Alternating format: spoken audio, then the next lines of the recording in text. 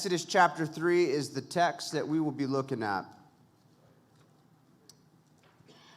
And as you guys are turning there, to kind of familiarize you just a little bit with what it was that my SEAL team was doing on the last deployment I was involved in. We're out in Iraq and given the task of hunting down men that make suicide vests and those roadside bombs, IEDs. And while we're out there, we're working with this group. They're called the ISOF. It's the Iraqi Special Operations Forces. And one of our goals with these guys is to simply teach them how to fight their own fights. And so the best way to do that is not only train them on base, but actually go outside that wire, get out there and fight side by side with them. Well, if you can imagine a whole deployment going by, I'd say pretty good, because we've bagged and gagged some pretty bad dudes. We're making the world a better place. And we're coming up on what looked like just enough time on the calendar to do maybe one more operation. We could fit it in. And we weren't really sure if the ISOF was ready for us to pass that baton off to them. So we decided, hey, for this final operation, why don't we try and make it a sort of graduation operation? We'll let them plan the whole thing from the ground up, and we'll be there with them, just in case things go bad. So they're starting from scratch. They're hitting the streets. What's the first thing they need to operate on? They need some information. They need some intel. So they find this source. Source informs them about this man. That's an Iraqi policeman.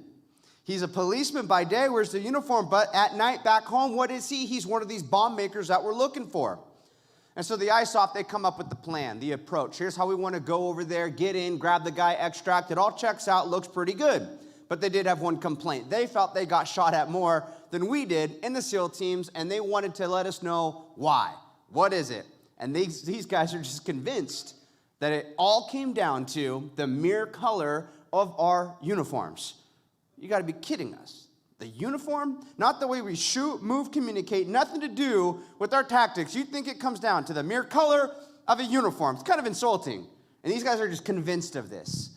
And so they had a strange request. They wanted to know, would you be willing to maybe take off your American colored uniforms, and we've got a pile of ISOF uniforms for you guys that you could put on. So they're trying to straighten this out. So you want us to put your uniforms on to blend in with you to get shot at more with you. And they're like, yeah. It's like, fine, it's not about the uniforms. They'll take home the souvenir. Still got that uniform in the garage. The funny thing is that, my dark complexion start growing out a little facial hair over there, and then get on one of these Iraqi uniforms. I'm walking around on base, and the guys on my team are looking at me like, hey, Williams, you're really starting to blend in with these guys around here now. And so I'm just kind of embracing it. I'm standing up in the Humvee, that section called the turret, and I got the 50 caliber machine gun in front of me. And for those of you that might not know, let's just say that's a weapon that could really reach out and touch somebody. I've got these night vision goggles on, so my world is green. Looking through this green little world and going over this mental inventory. I'm thinking about all the checks. How is this night going to go? My weapon is headspace and timed. That means it's ready to go. I know where this guy lives. I know the approach, how we're going to get in, grab him, extract. But one unique thing I couldn't help but to think about was this very unique thing about this operation, not the uniforms, but the fact that this is it. This is the final operation. And I started going ahead in my mind, too. Just a matter of days from now, I'm going to be back in my hometown surfing in the ocean. But here's what none of us really knew about that night, was that we were actually being set up the entire time to get thrown in the absolute worst circumstances we'd been in on this entire deployment, as we find ourselves getting set up on this ambush, and suddenly now we're engaging in this gun battle for our lives. And it truly was the team's ability to shoot, move, communicate, and do what we do best in the SEAL teams that led to the obvious conclusion. I'm standing alive before you this morning. But I think it's worth remembering that it doesn't always work out that way. We, especially in this day and age, need to remember how much our freedom costs. Our freedom isn't free. What is it paid for in? It's paid for in the currency of our soldiers' blood on the battlefield. And there's spiritual application to that as well, because when you think about eternal freedom, that was paid for in the highest price, the currency of the Savior's blood at the cross. So perhaps more on how that ambush played out if time allows. But what I want to get into is Exodus chapter 3, and to kind of set it up a little bit, I guess I should ask this question. Is it safe to say that everyone in here is proud to be an American? Okay. When you think about it, what's so special about being American? Let's hear it. That's definitely at the top of the list. one nation under God. That's how it was founded. So that life, liberty, pursuit of happiness, freedom at the top. And then somewhere below the list of priorities, you've got like In-N-Out Burger and Chick-fil-A. But freedom's probably the big one. And when you think about it, what's so great about freedom? What makes that special? And I think what makes that special, sometimes we forget, and some people could be born into it, is this idea in your head that, freedom is just some default position. It's just some starting point in life, but it's not that way. It certainly wasn't that way, especially with the beginning of America. I mean, this is how America started, under the rule of a tyrannical King George III that wanted to rule with financial and physical domination. We remember things like taxation without representation, and then there's brave men that were willing to stand in the gap and say things like, give me liberty or give me death. And through blood, sweat, tears, hard work, determination, that freedom came. And all too often at the price of death. And it was penned into history as what? It was penned into history as a declaration of independence. We are not going to be enslaved. We are not going to be under this oppression. The big message I really hope to get home with you guys this morning, as we're about to go out, is realizing that history does not always repeat itself, as Mark Twain says, but it certainly does rhyme. And it seems that there always is this sort of good and evil that is out there, this mode of operation like that King George III, who, what did he want to do? He wanted to steal, kill, and destroy. Isn't that the mode of operation of Satan? And so our freedom came, why? Because brave men stood in the gap. As we read in Exodus chapter 3, what we're going to see is there was an evil, tyrannical ruler that wanted to oppress the people in slavery. Sound familiar? And God had his patriot, Moses, to do what? To stand in the gap. And what did he deliver? He delivered a declaration of independence. In a very similar way, consider this. There's an evil, tyrannical ruler, a god of this age. And he wants to rule the people and oppress them in the slavery of sin. And God has his patriots to stand in the gap. And who is that? It's every card-carrying Christian. We are supposed to be delivering a message, a declaration of independence, which is the gospel message, the greatest weapon we have to charge the kingdom of darkness with. And so that's just kind of the 30,000-foot view, but let's get into this in Exodus chapter 3 and to kind of bring you up to speed here. Maybe just to kind of figure out where we're at, kind of gauge your understanding of the Bible and know where to jump in. I'll just do a couple quick trivia questions. It's going to seem pretty elementary, but, just hear me out, participate here. And so what's the name of the first book in the Bible? Great. All right. The Bible's broken up into two major categories. There's the Old Testament and the... All right, how many animals of each kind did Moses take on the ark?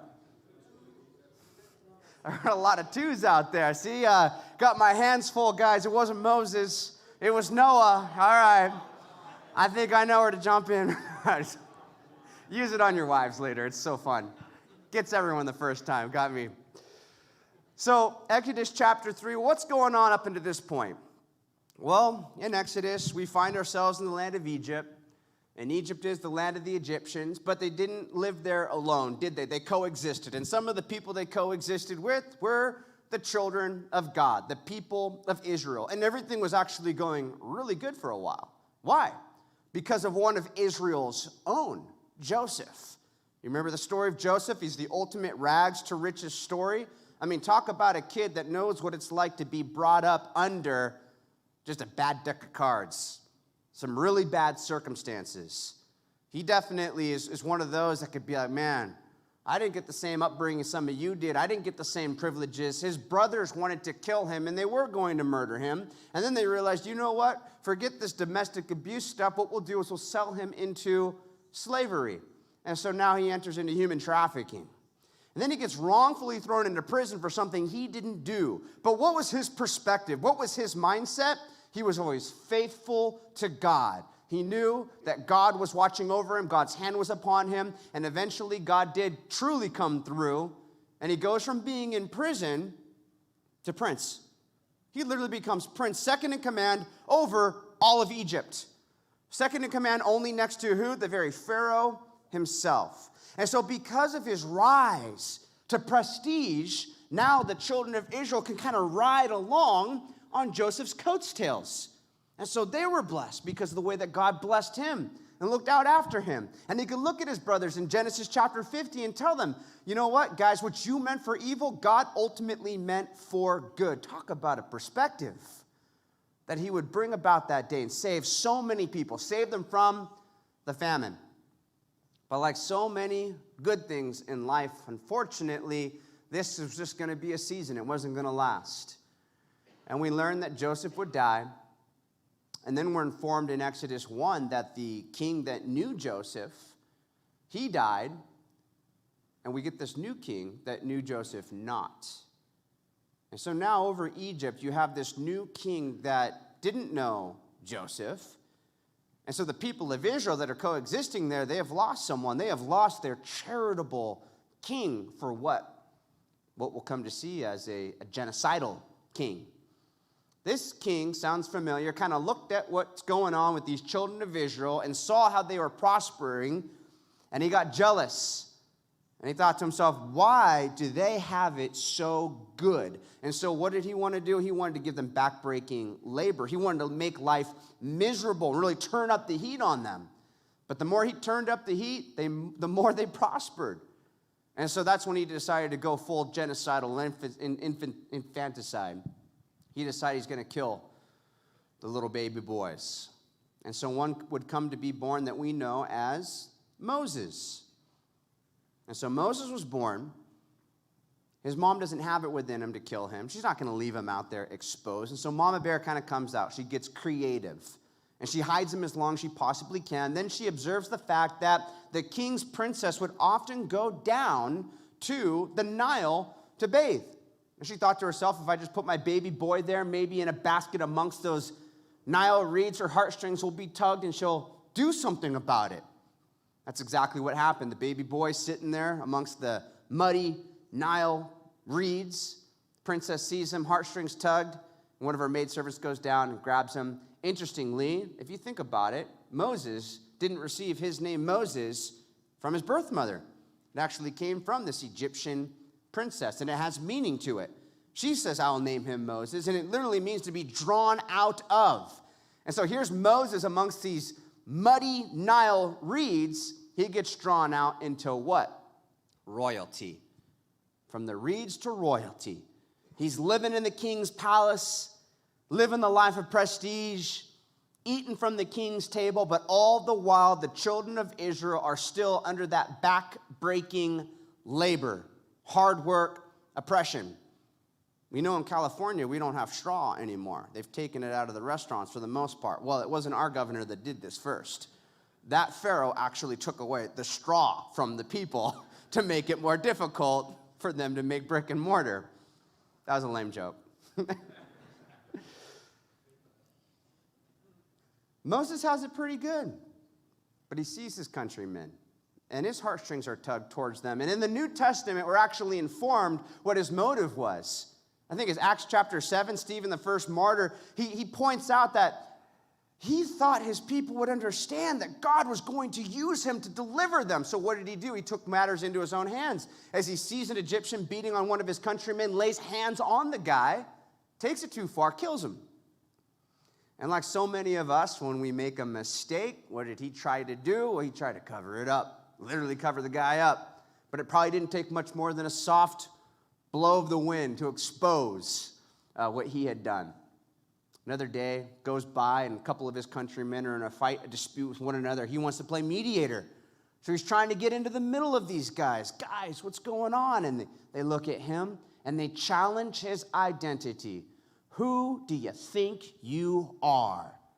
Who made you judge and prince, ruler over us? He's like, I am Batman. No, he didn't say that.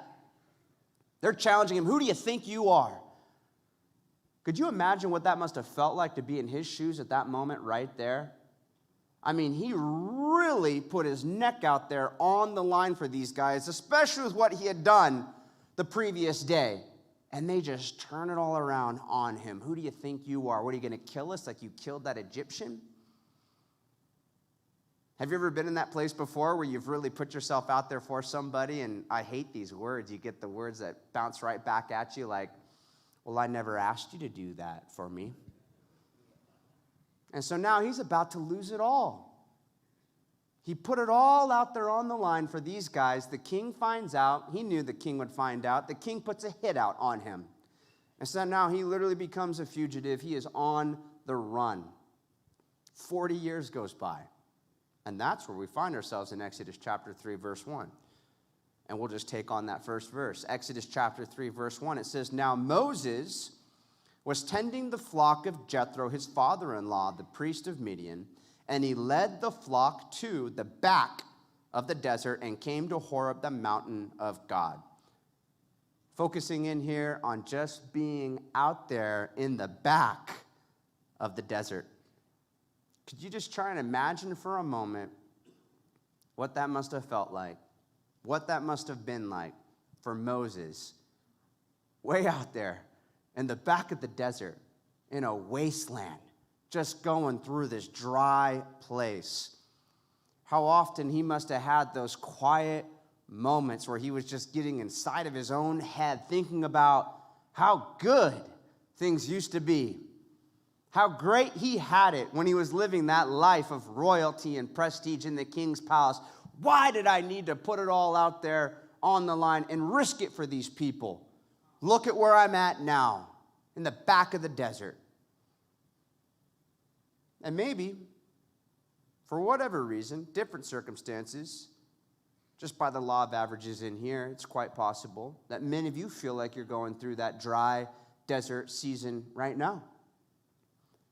Where you look back in the rearview mirror of time and you think about how good things used to be in America before the pandemic, before all this polarizing, when people could unite under one God. Look at where we're at now.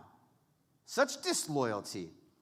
Or maybe things were better in the workplace before this mess happened, this coronavirus. Or even in your own family. Maybe the marriage isn't really going the same. Maybe the relationship with your kids is kind of on the rocks, and you think about how much better it was simpler times when they were younger. But now you just feel like you're just living in a dry desert place, way out in the back of the desert, and you're reflecting on how things used to be. I want you to take something into consideration here. Maybe being in the back of the desert, maybe being in a very dry place is exactly where we need to be before God can ultimately take us to where he wants us to be and to use us. And I don't want that to sound like a message of prosperity. That's why I say how he wants to use us. This is a time of preparation. There's biblical precedent for that. I mean, look, we know how this all works out for Moses. We've read on. God would ultimately use Moses to deliver that message to Pharaoh. He would lead the people of Israel through the desert to where? Over the Jordan to that land of milk and honey, the land of promise. It all worked out. But he had to go through this desert experience first. Or you think about the children of Israel, that whole group. 40 years they spent out there in the desert being tried and tested before what? God got them into that promised land. You think about so many prophets who are known as men of the wilderness or desert, like Elijah or John the Baptist, before he had what? The great honor and privilege to make straight the kingdom of the Lord. He got to open the curtain. Or you think about even Jesus himself. Blameless, spotless, without sin. Going through a dry season, a desert place, doesn't necessarily mean it's a consequence of anything wrong because he was perfect. And yet it was necessary for him to spend 40 days and 40 nights in the desert, the wilderness, before what? It all preceded his itinerant preaching ministry really beginning. And so maybe being in a dry desert place is exactly where we need to be before God takes us to where we ought to be. There's an anonymous poem. I think that it hits this point brilliantly in terms of how God works in the life of a man with the hammer in hand and the chisel, and we are that chunk of concrete that he's chipping away at, and sometimes it hurts. Sometimes big chunks are taking off. But we need to remember that this sculptor, he has an image in mind. He knows what he is doing. Even though we might question it and think, that really hurts, God. Why are you doing this to me? Trust him. And so let's see if I still got it. It says, when God wants to drill a man and thrill a man and skill a man, when God wants to mold a man to play the noblest part, when he yearns with all of his heart to create so great and bold a man that all the world shall be amazed, watch his methods and watch his ways. How he ruthlessly perfects whom he royally elects. How he hammers him and hurts him, and with mighty blows converts him into trial shapes of clay, which only God understands. While man's tortured heart is crying, and he lifts beseeching hands, how God bends, but he never breaks, when it's man's good that he undertakes. And how he uses whom he chooses, and with every purpose fuses him, by every act induces him to try his splendor out. God knows what he is about. God's trying his work out. And we might not know what he is up to, but what are we called to do? Not walk by sight, walk by faith. Trust him. Trust him. He knows what he is about. So we read on. Verse 2. And the angel of the Lord appeared to him in a flame of fire from the midst of a bush. So he looked, and behold, the bush was burning with fire, but the bush was not consumed. Verse 3. Then Moses said, I will now turn aside and see this great sight, why the bush does not burn. Look at this, verse 4. When the Lord saw that he turned aside to look, God called him. That's worth repeating. When the Lord saw that he turned aside to look, God called him from the midst of the bush and said, Moses, Moses. God's like, I got your attention now. God's observing. When the Lord saw that he turned aside to look, that's when he got the call. Maybe if Moses was still living that first-class life, God would have had a little bit more of a difficult time really getting his attention. And isn't that true? Don't we call on God when we're, no atheists in foxholes? When you're really in trouble, that's when people are calling out to God. That's when people, their eyes, their ears are open. I'm listening, Lord. Where are you? I'm looking for you. But when things are going really good, it's kind of hard for God to get our attention. C.S. Lewis makes that point. He says God's voice is like a whisper to us in our pleasures. But pain and suffering operate as God's megaphone to rouse a deaf ear. And so truly, sometimes the greater the need, the greater the result. Moses is back up against the wall, back up against the ropes. He is in a bad place. But now God has his attention. And now God is calling him. Verse 7. And the Lord said, I have surely seen the oppression of my people who are in Egypt. And I've heard their cry because of their taskmasters, for I know their sorrows. So I have come down to deliver them out of the hand of the Egyptians and to bring them up from that land to a good and large land, a land flowing with milk and honey. Jump ahead to verse 10. Come now, therefore, and I will send you to Pharaoh, that you may bring my people, the children of Israel, out of Egypt. So God is finally giving Moses the call. God is going up to Moses right now and saying, Moses, remember that thing that you wanted to do? Remember how you thought that I was going to use you to deliver the children of Israel? Well, you went about it the wrong time. You went about it at the wrong way, but you were right that I am going to use you. And so could you imagine Moses, he's finally getting the call. He's going to get to do what he wanted to do all that time. God is saying, I'm enlisting you, Moses. You are going to be my patriot. You are going to deliver a message. It's a weaponized message. It's a let my people go. It's a declaration of independence from the oppression, the slavery, these taskmasters, that Pharaoh. Imagine how Moses must have felt at that point right there, finally getting the call. Well, what was Moses' response? Verse 12. Verse 13. Then Moses said to God, verse 13. I'm messing up. Verse 11. Verse 11, but Moses said to God, who am I? Who am I that I should go to Pharaoh and that I should bring the children of Israel out of Egypt? Who am I?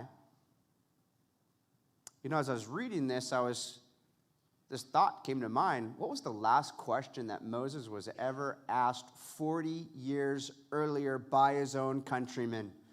It was a challenge on his identity. Who do you think you are?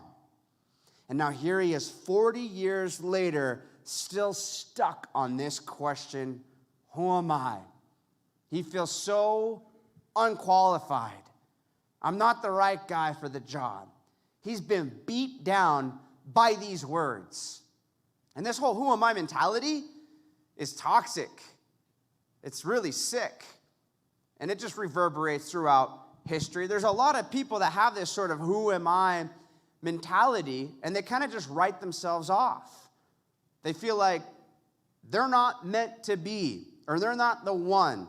And they look on at other people that are going and accomplishing in their mind extraordinary things, and they think that, well, it's extraordinary men that go and accomplish these extraordinary things. Nah. In fact, in our SEAL Creed, this is what the SEAL Creed says, is the common man with uncommon desire to succeed. SEAL training's a melting pot. You got guys from all different backgrounds showing up. You got Olympic athletes that go, professional athletes. And then you got guys that literally roll off the couch, unplug the electronics to decide stop being a video gamer and go do something with your life. And I remember 173 of us showing up for my class, Bud's class 254. And as we're all there in this room, an instructor comes walking in and he challenges us. He says, how many of you are willing to die before you quit? Well, everyone's pounding their chest saying, hoo-yah, that's our yes. He goes, great. Well, this is what I want you to do right now. Why don't you take a mental picture of the person on your left and on your right? And so I'm looking around the room, taking weird mental pictures of people. And he goes, in fact, do the same thing with the guys in front of you and behind you if you got them. So I got 4 guys. And he goes, chances are, if you're still standing here for graduation day, that means each of these guys, you just took a mental picture of, it's likely they didn't make it. So do you really think you're the one? And we're all looking around at each other. I remember thinking to myself as I'm looking at these guys, man, where are these quitters going to come from? You know, I know it's not going to be me because I say with my mouth, I'm willing to die before I quit, but I don't just say it with my mouth. I really mean that with my heart. But these guys say it with their mouth too. And they say it the same way that I say it. I can't sift them out. I can't distinguish who really has it or doesn't in the heart. And looking around the room, realizing the majority of the room has got to go, I'm trying to find some of these guys that, in my head at least, are the low-hanging fruit. Let's pick some of these guys off, the first to go. And as I'm looking around the room, I see this guy, Barth. Now, Barth, he captured my attention, not in such a way where I thought he was going to quit. This guy grabbed my attention to where I thought, well, there's one of the guys that's definitely going to be there for graduation day. Why? Because Barth was this guy that was just cut from another piece of cloth. I mean, that's what we think about some people sometimes, right? We talk about, oh, guys that become Navy SEALs are going, you guys are you're born with something special. You're cut from another piece of cloth. And so this is the guy that was blessed with that DNA that produced some kind of muscle and stamina to where there was never a question over who was going to get first place. All the guys, we all knew who's getting first place. It's Barth. He's in such a league of his own that the question is, we're debating with each other, well, who's grabbing second? And so there's one of the guys that's definitely going to be there for graduation day. And I remember stopping myself and thinking, dude, you're not supposed to find guys you think are going to make it. You're looking for the people that are going to quit. So I'm looking around the room some more. I'm struggling because we've already gone through some pre-SEAL training together. These instructors have already beat us down and haven't seen any quit in any of these guys yet. And we've suffered. So I'm thinking, how far down this rabbit hole, how deep into the abyss do we have to go before guys start quitting? And then how could I forget about this other guy? Alex Gagne. Alex Gagne was the total antithesis of Barth. I mean, this guy is the ugly duckling of the class. He's always in the very back. It's called the goon squad, where you get special attention from the instructors. And so not only is this guy going to quit, it truly was an insult for him to even be there amongst us. He shouldn't even be with us right now. He makes us all look bad. He's the locker room talk. Not only is this guy going to quit, he's going to be the first guy to quit. So, yeah, bad, it's terrible. But, that's what we do. We size each other up all the time. It's just something in our nature.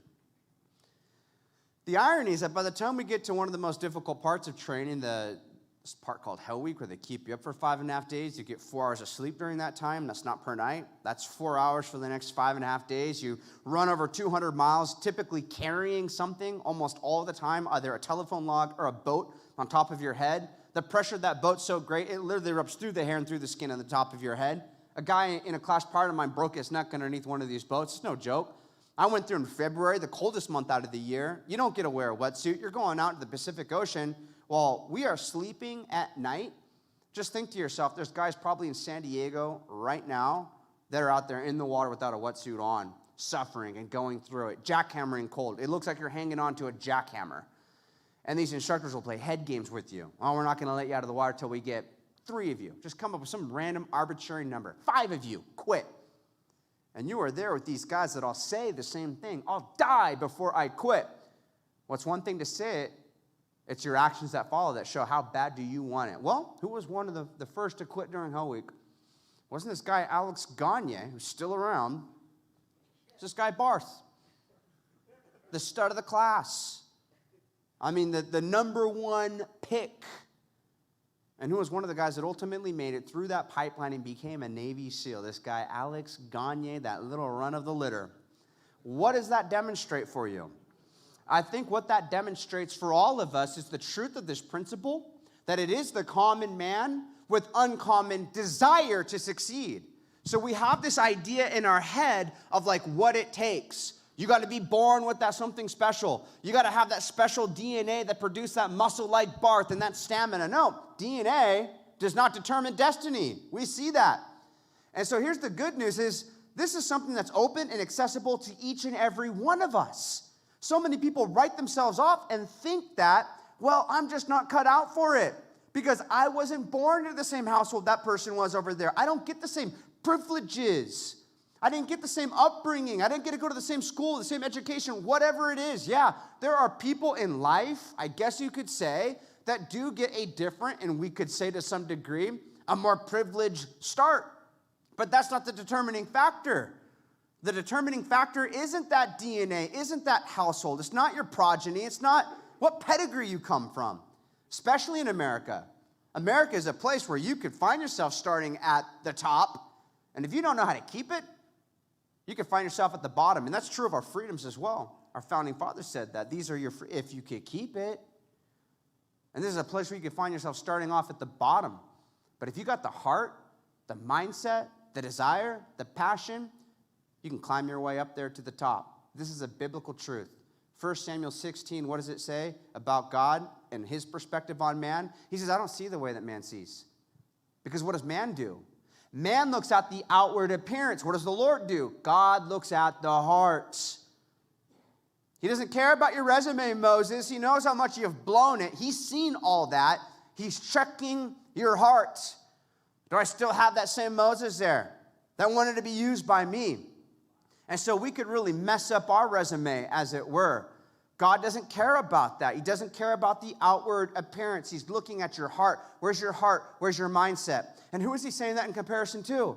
King David, right? In comparison to Saul, the people's choice. Saul was the people's choice. He had it all going on from the outside looking in. God's like, that's not my guy. My guy is the runt of the litter.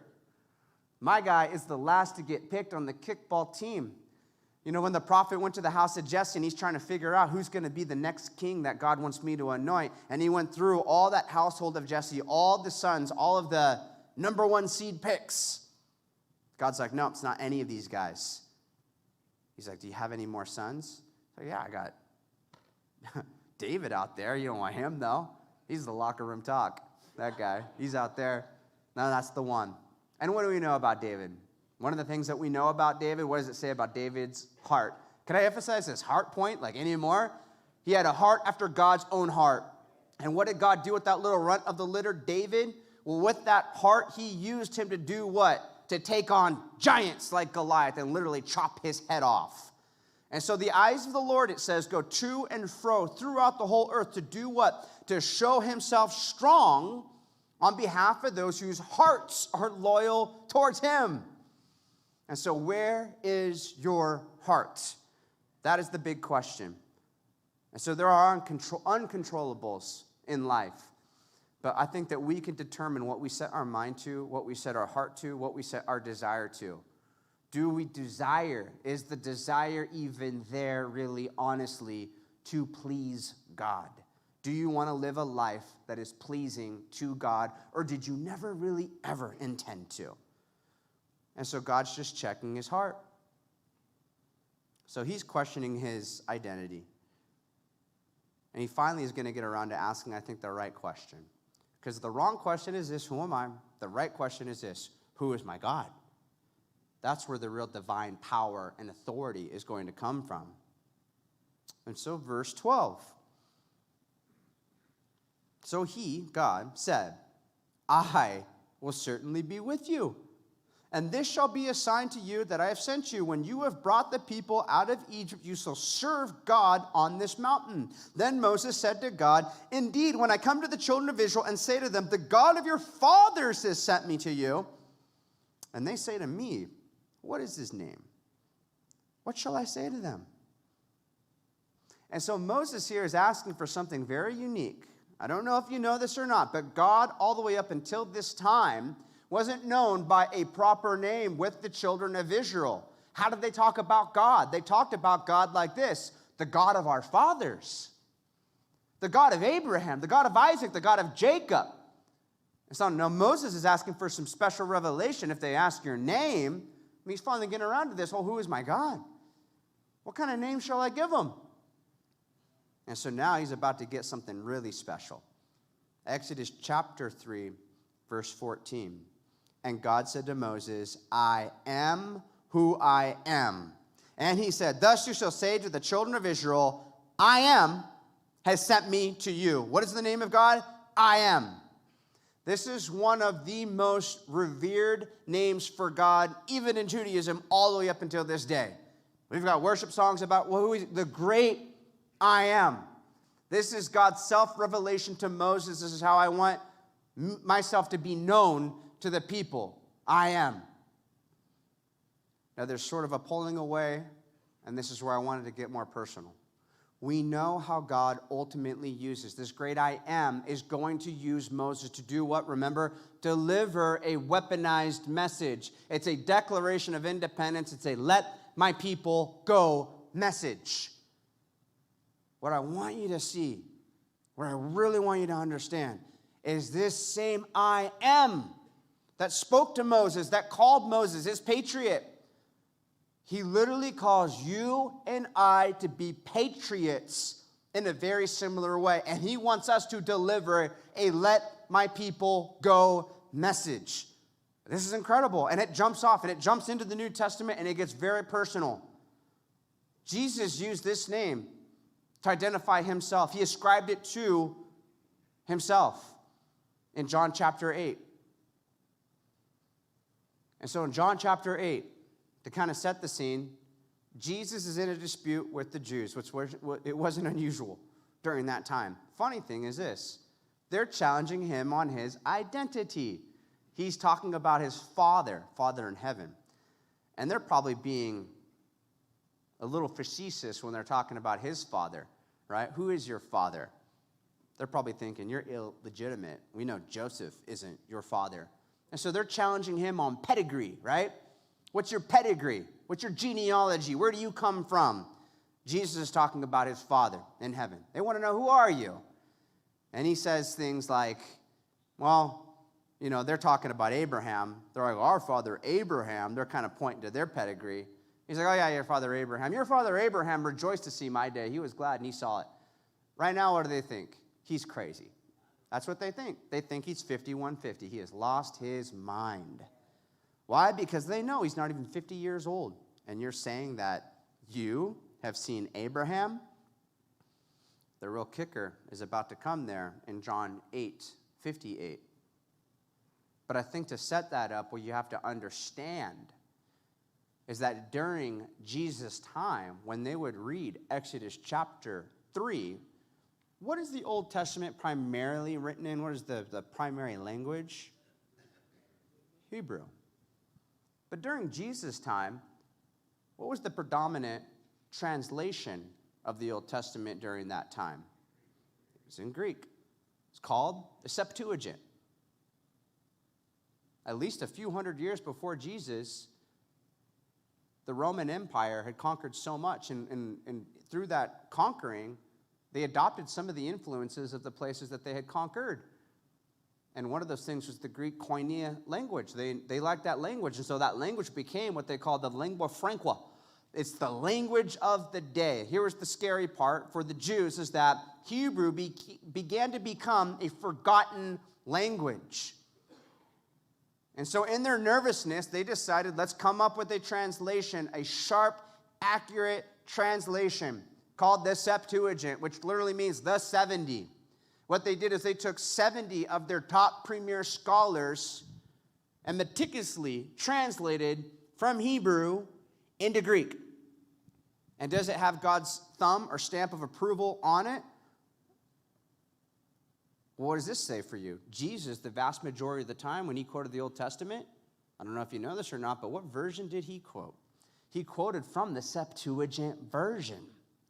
And so how would Exodus 3:14 read in the Greek? What is the name for I am in the Greek? Well, that great I am would be these words, ego, ami.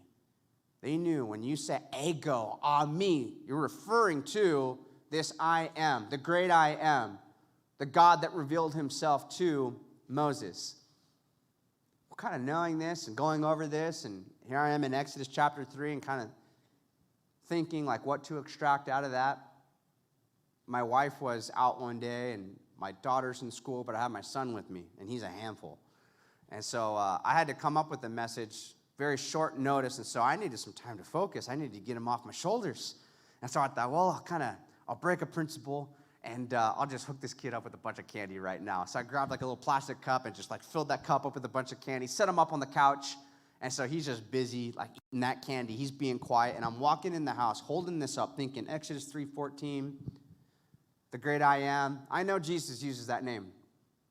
He ascribes it to himself. What a great name to use with Jehovah's Witnesses. Why? Well, because Jehovah's Witnesses, amongst a lot of heretical teachings, like, what is the number one thing the cults attack and go after? They go after the nature of God. They go after the Trinity. I mean, like, that is one thing they all have in common. They will attack the Trinity, that God is revealed through three persons, Father, Son, Holy Spirit, one nature. Three persons, one nature. And they particularly really like to go after Jesus. And so Jehovah's Witnesses do not believe that Jesus was God. In fact, not only do they not believe that Jesus was not God, they go so far as to say Jesus never claimed to be God. And so you got all kinds of passages you could go to in the Bible where you can try and show that Jesus is God. You can go to John chapter 1. That's one of the go-tos, right? In the beginning was the Word. The Word was with God. The Word was God. What is this Word? You jump down a little bit to verse 14. You read, this Word became flesh and dwelt among us. It's Jesus. This Word that became flesh and dwelt among us, this Word was with God. This Word was God. Explicitly, John wanted us to understand Jesus is God. But, yeah, amen to that. What will they do? Well, they'll try and play linguistic gymnastics with you. They'll try and, pull you into some waters that you don't really know and they don't really know. They'll say, well, in the Greek, actually, what it's supposed to say. And so now you're just kind of in this, like, weird place where it's like, neither one of us are experts in this area. But I'll tell you this, they add something that's literally not there in the Greek. They add the word a. It's just not there.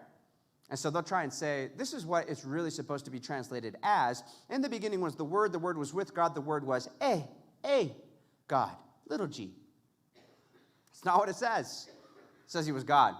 There is no A that is there. And so you want to challenge them and be like, well, who are these translators? Because that's very interesting. You'd come up with such an obscure, aberrant translation. Oh, our translators, they're so devout and holy and pure that they didn't want their names to be out there because they didn't want to get the credit. They're so humble, all right? No, really, there's no accountability. And so, you could try and go to John chapter 1. They're ready for that one. What's one that they're not really ready for? What's one that they haven't really, schemed a plan against? What's one that they just cannot escape by throwing in a little A there? Context. Context is the key. Remember, they said to Jesus in John chapter 8, you are not yet 50 years old and you have seen Abraham? Do they want to kill him at this point? Not for that. Well, they can't. They can't. There's no justification to kill him for that. Because there's only certain reasons why you could kill somebody in Judaism. There's only certain reasons why you could justify that, stoning them. There's adultery. There's murderers. One of the big ones, though, is blasphemy. It's not a blasphemous thing to say that you existed during Abraham's time. Again, they would think he's sick in the head. He hasn't said in their mind a blasphemous thing here yet. So as I'm thinking about this, Exodus chapter 3, what a great passage to share with Jehovah's Witnesses. No joke, guys. This is for real. I'm thinking, what a great passage to share with Jehovah's Witnesses. They have never come to my door. Never had them at my house. All the previous places I lived before, they've been there.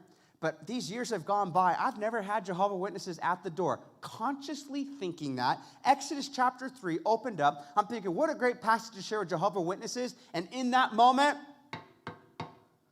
now, what could that be? 99.9% of the time, that is an Amazon package that my wife ordered. Aubrey, what is this? Something told me in my heart, Jehovah's Witnesses. And so I go up to the door, and I look through that little peephole, and what do I see?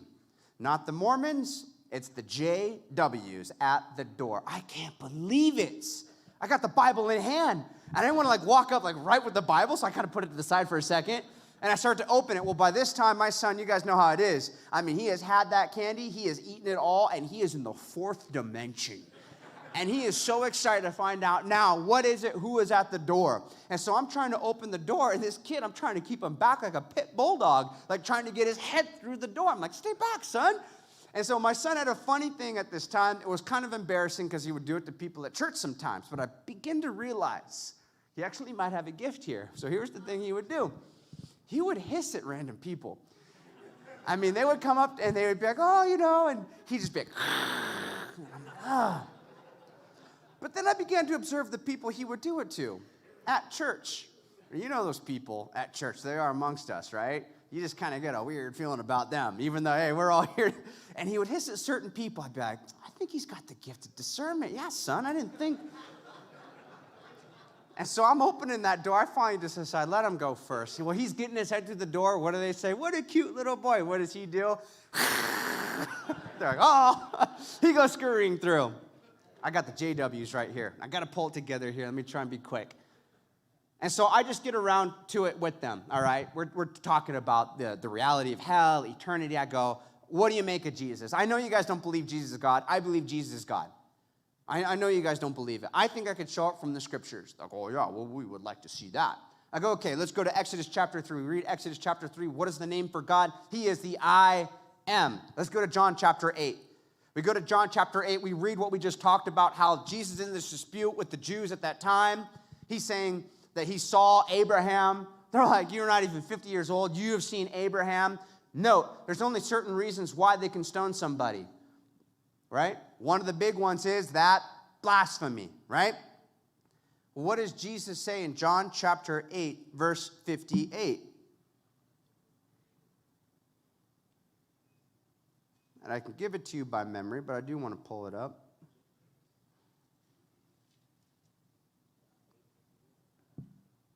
Let's start at verse 57. Then the Jews said to him, "You are not yet 50 years old, and you have seen Abraham." And Jesus said to them, "Most assuredly I say to you, before Abraham was, ego, me, I am."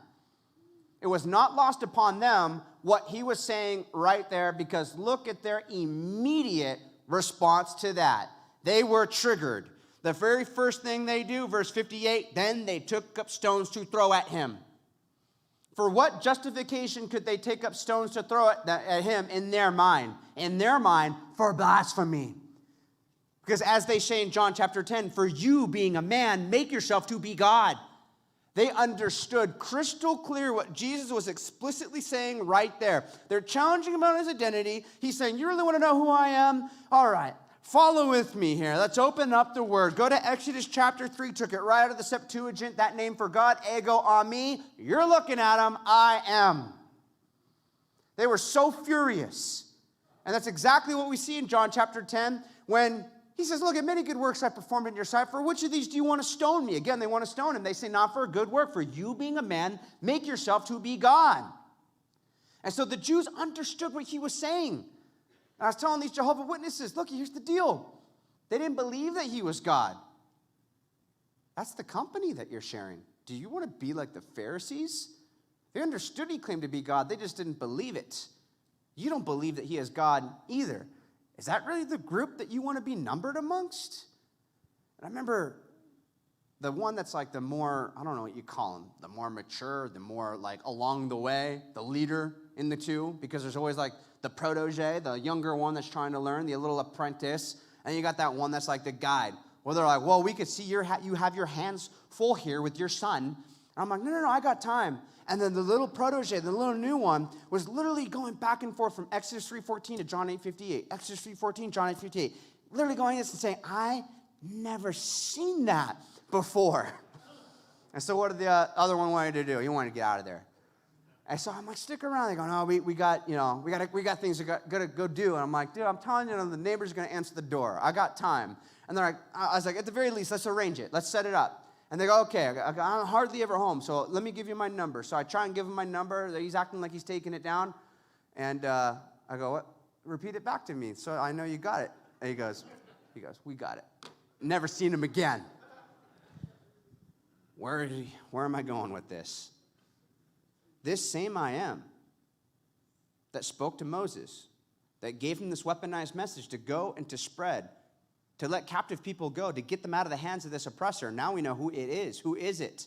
Jesus ascribed the name to himself. It is Jesus as well. It is God. And what has this great I am commissioned you and I to do in Matthew chapter 28? He has commissioned us. It's what? The Great Commission. To do what? As his patriots deliver. Deliver what? A weaponized message. What is that message? The gospel message. It's the greatest weapon we have to do what? To charge the kingdom of darkness with. There's an evil ruler of this age, a pharaoh of this age. People are in slavery to sin. They are in that captivity. They are oppressed by it. And God's looking for his patriots. He's looking for his card-carrying Christian men to go out there and deliver the message.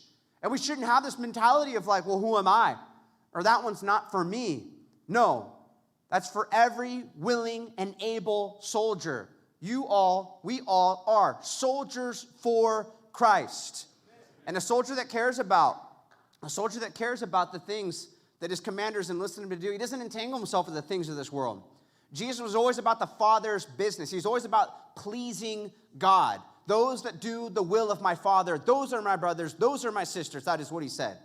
And so we can't settle for this sort of decaffeinated Christianity, right? Where we're just kind of like sitting back, taking in a little bit, but then forgetting about whatever we just heard or whatever we just read and not actually going out there and applying it. I mean, just read the book of James. He hits hard on that. James chapter 2. Talk is cheap. All those guys that say, oh, I'll die before I quit. Or do you really mean it? We're going to know by your actions. James says, oh, you say you have faith. You say it with your mouth. Show me. What are you doing? Be a doer of the word.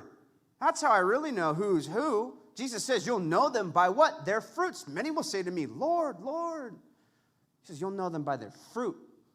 And so what are we actually doing to advance the kingdom of God? You're saved? Great. Why doesn't God just take you home? Why isn't he just done with you? Because he has a purpose while he's here on earth, and part of God's will is that not anyone should perish. Don't be selfish. It's not just you. He doesn't want just you to not perish. That is not God's will. He wants you to be saved. What else does God want? He wants other people to be saved. And who does he want to use? He wants to use you to do it. And so people are like, what is God's will for my life? What am I supposed to do? Well, one of the things that God explicitly did, like a great general, he's like, all right, you're my willing and able soldier. Here's the battlefield. Here's the fight. Here's the landscape. This is the direction that we're going in. You want to be used by me? Go get other people saved. And so many of us are like, oh, do you have another job for me? Is there anything else I could do? And so he's called us to do that. And if it's not enough for him to explicitly say it in that Great Commission, take it from the mouth of an atheist. Penn Jillette, you guys know who Penn Jillette is. Penn and Teller, Las Vegas magician, illusionist. He was on The Apprentice when Donald Trump was on. He's a very famous guy. One of the things he's famous for, though, if you didn't know, is he's an atheist. He's an outspoken atheist. He takes a lot of time and energy speaking out against the existence of God. And you would think a guy like that would just want you to keep it to yourself. Don't want to hear it. Keep it to yourself. Keep it at home. Privatize it. Don't shove it down people's throats. Don't beat people down with it. He's got an interesting perspective. He's kind of a logical guy because he put a video out online called Gift of a Bible where he looked into the camera, and it had something to do with the man that gave him a little Gideon's New Testament. And you'd think he would just want to toss that thing. But his whole point was this. At least the guy had the guts to do it. And he goes, you know what? I've never respected Christians who don't proselytize, who don't evangelize. He says, I don't respect that at all. Here's a little excerpt from it. He says, I've always said that I don't respect people who don't evangelize. I don't respect that at all. If you believe that there is a heaven and a hell and people could be going to hell or not getting eternal life, and you think that it's not really worth telling them this because it would make things socially awkward. He says, how much do you have to hate somebody to not proselytize? How much do you have to hate somebody to believe that everlasting life is possible and not tell them about it? He says, I mean, if I believe beyond the shadow of a doubt that a truck was coming at you and you didn't believe the truck was bearing down on you, there's a certain point where I will tackle you. And he says, and this is more important than that. He's saying, look, I'm an atheist. I don't believe what you believe. But if you really believe it, man, how much do you have to hate the person next to you to believe that everlasting life is possible and not share it with them? That's true. And so thank you, Penn Jillette. Thank you for that motivation. And thank you for what a great tool right there. I'm telling you, this works. It worked just the other day on the airplane. I was in that socially awkward conversation. I was trying to bring up that taboo conversation. The lady next to me literally was telling me, like, I think Christians should just keep it to themselves. They shouldn't shove their ideas down other people's throats. Like, you know who Penn Jillette is? She's like, yeah, I know who that guy is. Okay, yeah. He put an interesting video out online. And, he's an atheist. And the thing that he said in this video is basically, like, how much do you have to hate somebody to believe that everlasting life is possible and not share it with them? She stepped right into it. She goes, yeah, I guess I can see that. I go, look, because I don't hate you and because I care about you, would you please allow me to share some of these things with you? Completely diffused the bomb right there. And so will it work with 100% success? I can't guarantee that, but I'm telling you, I have used that so many times. That's why I say thank you, Penn Jillette, for that tool, that weapon right there. If you're going to get into that conversation with that dying loved one, that friend, you don't know if this is the last time. Maybe you just saw him for the last time at Thanksgiving or Christmas. You don't know. Maybe there'll be another opportunity. And you just don't know how to bring it up because every time you bring it up with this person, they're like a bomb that just goes off. You diffuse it like this: because I don't hate you, because I love you. Bring up this Penn Jillette thing. They see the logic to it, and they just listen then. And so I just share that with you maybe as a tool to just kind of breach that conversation with people. But we need to remember, and I know I'm going over time, so let me just close it like this. One final perspective. You know how it all worked out in that ambush in the end. We're going after that suicide bomber. For the most part, I came out of that situation alive. I want to make a point that we are up against the ultimate suicide bomber. What is the mode of operation of a suicide bomber? You are SEALs for Christ, soldiers for Christ. You are God's special forces. What is the mode of operation of a suicide bomber? Very much that steal, kill, and destroy. What is their goal? They know they're going down. They're going to set themselves off. What is their goal? The way they gauge success is take out as many people with them as they possibly can in the process. That's their version of success. And we're reminded of that in Afghanistan, losing those 13 service members and so many other Afghanis. Think about the ultimate suicide bomber. That's why I say this is global war on terrorism. It says the whole world lies under the sway of the evil one. He prowls around like a roaring lion, seeking who he may devour. He wants your family. He wants your children. He wants your brothers and sisters, your spouse. He wants your friends. He wants your coworkers. He's going around like a suicide bomber strapped. We've read the back of the book. He's going down, and he knows it. What is his goal? Take out as many people with him as he possibly can in the process.